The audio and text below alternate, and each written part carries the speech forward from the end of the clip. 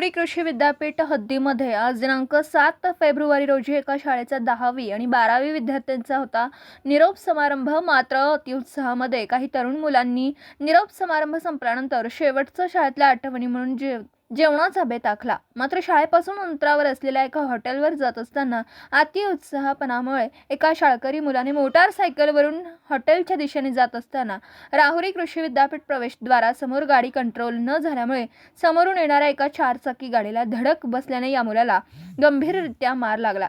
त्याच्या उजव्या पायाला मोठी दुखापत होऊन जखमी झाल्याचं समोर आलं. मात्र या गाडीवर 2 शाळकरी विद्यार्थी मागे बसलेला असताना त्यांनाही मुक्का मार लागल्याचं समोर येतं.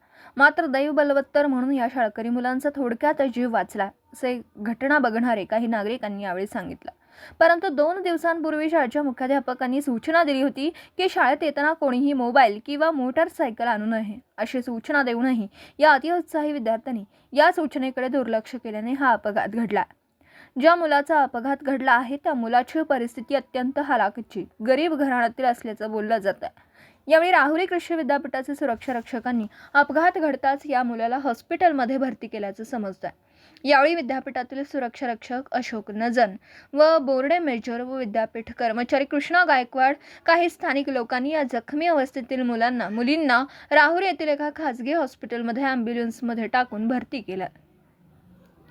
न्यूज 14 प्रतिनिधी दीपक मकासरे, राहुरी विद्यापीठ.